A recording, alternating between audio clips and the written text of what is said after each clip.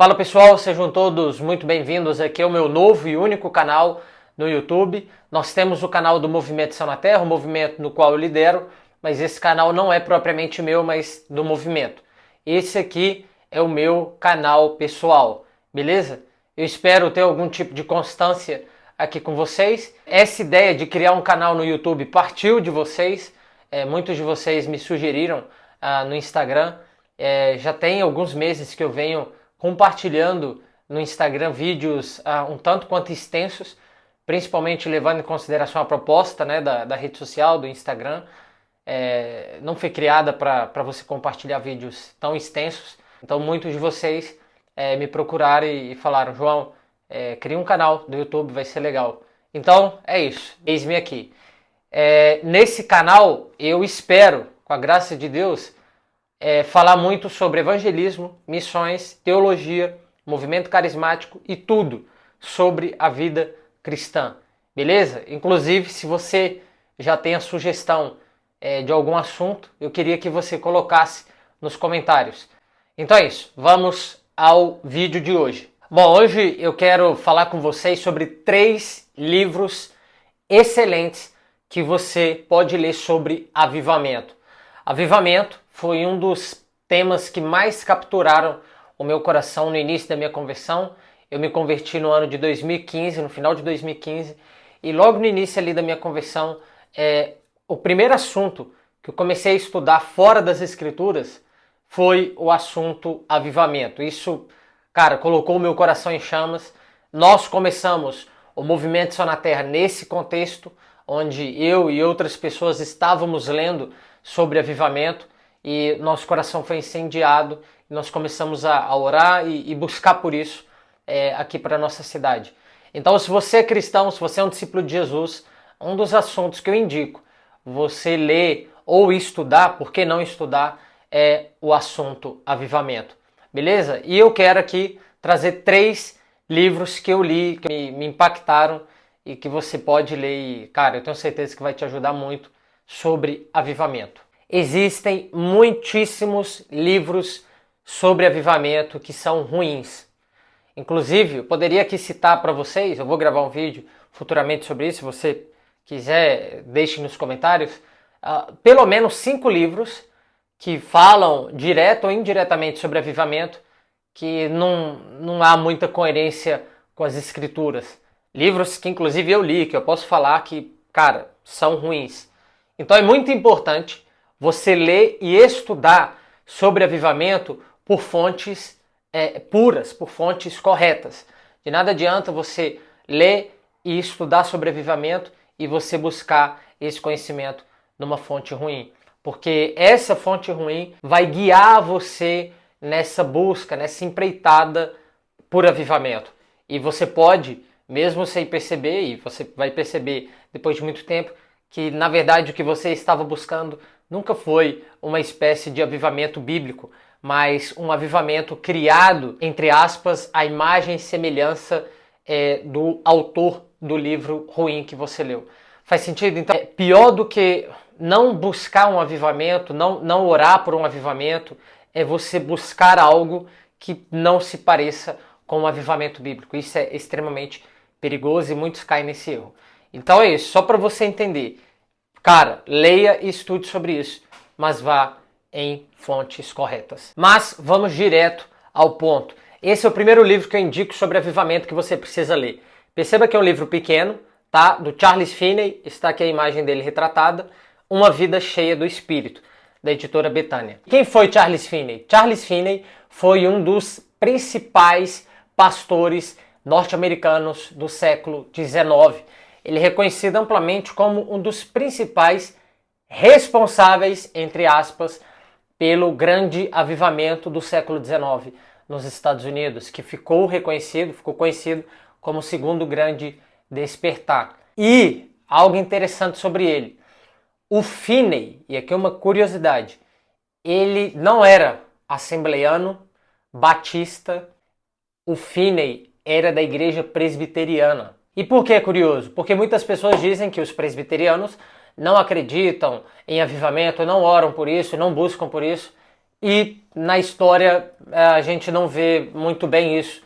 E o Finney vem para mostrar isso. Por mais que ele não concordasse com muito aquilo que Calvino, que pariu o calvinismo, ensinou, principalmente em relação à questão da predestinação, Finney foi ministro presbiteriano. Então ele orava, falava e buscava por um avivamento num contexto presbiteriano. Ele influenciou muitos presbiterianos para isso.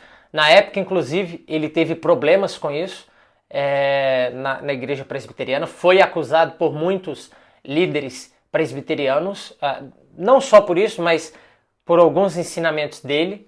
Tá? É importante dizer isso, já que eu toquei nesse assunto. Eu não concordo com tudo aquilo que Finney ensinou. Tá? Inclusive, um dia eu espero gravar um vídeo sobre isso. Muitas coisas que ele ensinou, eu não vejo muita coerência com as escrituras. Mas não é o caso desse livro aqui, ok? Esse livro aqui é um dos melhores que você pode ler sobre o assunto.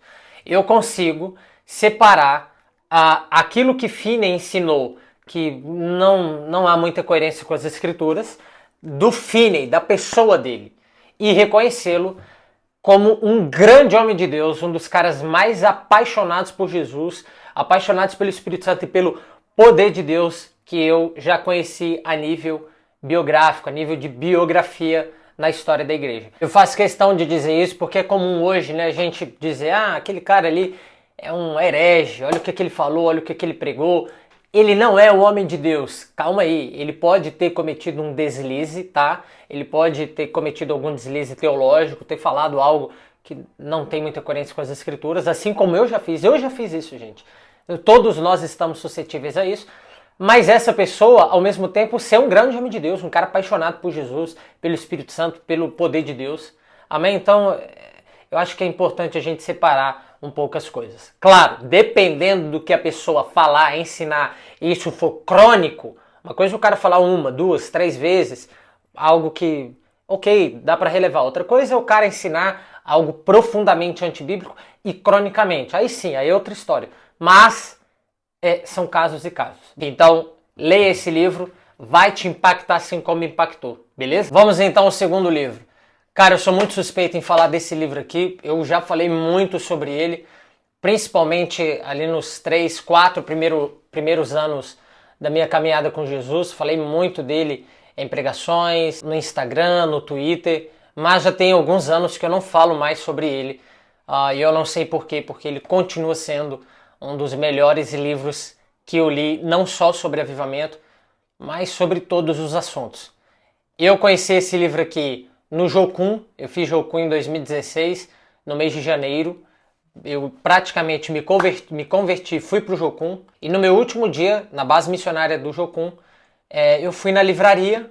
Eu nunca tinha lido algum livro, nem a Bíblia eu estava lendo na época, eu tinha acabado de me converter. E aí, esse livro me chamou a atenção pela capa. Eu peguei o livro, comprei e voltando de avião para casa, eu comecei a folheá-lo e dentro do avião tive um encontro com Jesus, mano. Um encontro com Jesus, um encontro com Deus, lendo, acho que o segundo capítulo do livro. É esse aqui, ó. Por que tarda o pleno avivamento, de Leonard Ravenhill. Eu lembro que eu dormia com ele do lado da minha cama, às vezes até debaixo do meu travesseiro.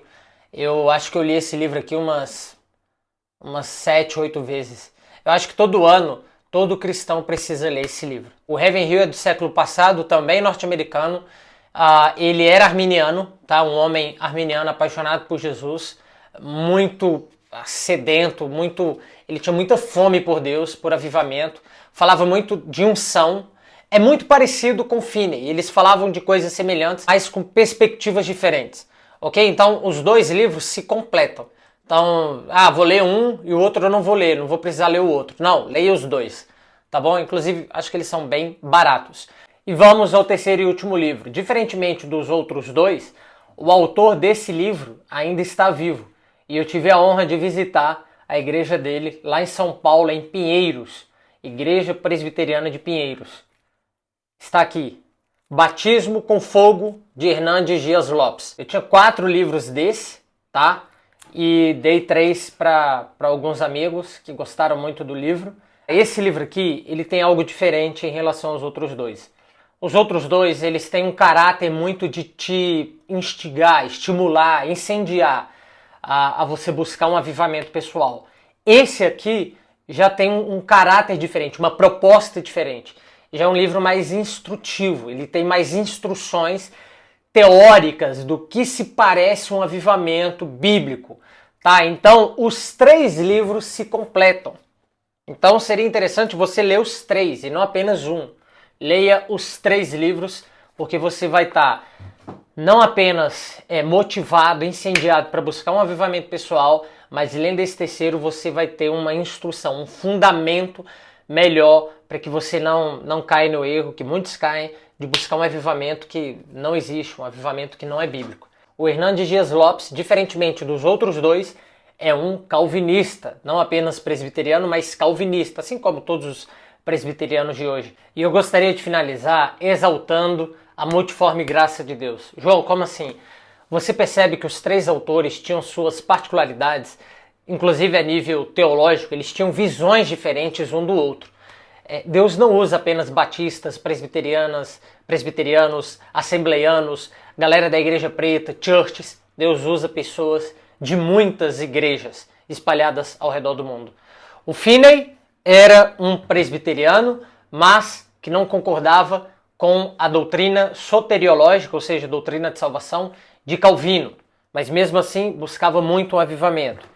O Hernandes Dias Lopes é um pastor reformado calvinista presbiteriano e o Ravenhill era um arminiano clássico. Inclusive, o Ravenhill ele fazia parte de uma igreja mais independente norte-americana, mas a partir do que eu conheço ele, analisando as igrejas que nós temos hoje, se ele fosse brasileiro hoje, eu tenho quase certeza que ele seria da Assembleia de Deus. Então enxergue o Ravenhill como se ele fosse um assembleiano, beleza? Então assim, a multiforme graça de Deus é maravilhosa, muita gente não entende isso, é presbiteriano que acha que somente os presbiterianos são usados, batistas que acham que somente os batistas são usados, assembleianos que só acham que assembleianos são usados e assim por diante. Beleza? Enfim, não caia nessa confusão. Enfim, espero que você tenha gostado desse vídeo. Cara, não deixe de curtir, é muito importante, até porque agora o canal tá bem pequeno, a gente está começando agora, então se você gostou, curta, deixe nos comentários o que você achou. Se você tem sugestão de vídeo, deixe para mim também, tá bom? E é isso, que Deus te abençoe.